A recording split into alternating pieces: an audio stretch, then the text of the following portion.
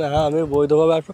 ভাই ধরা পড়লে 15 দিন জেল খাটাই লাগবে, যদি তোমার বস যদি সাথে সাথে না যায় তোমার 15 দিন খাটাই লাগবে, এটা বাধ্যতামূলক। আমি মালয়েশিয়া 2 বছর 3 মাস সামথিং। তা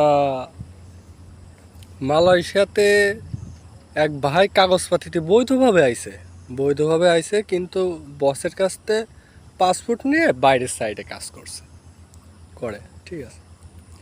তা ওই ভাইয়ের ধরেছে এমিগ্রেশনে ধরার পরে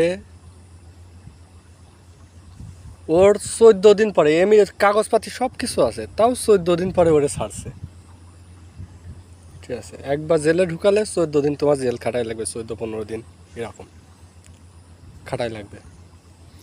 তা ওই ভাইয়ের কাছে আমি জিজ্ঞেস করলাম যে ভাই মালয়েশিয়ার জেলখানা কেমন। বলছে ভাই যে সময় ধরে বালাইতে নিয়ে গেছে ভালোই ছিলাম, বালাইয়ের জেলখানা ভালোই।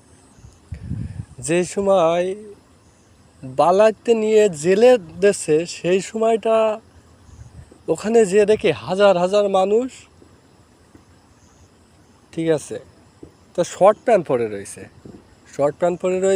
শোয়ার মতন কোনো জায়গা নাই, ঢালু করে করে দিছে, বালিশ মালিশ কিছু নাই, ওর উপরে শুতে হবে। মালয়েশিয়ার জেলখানা, ঠিক আছে।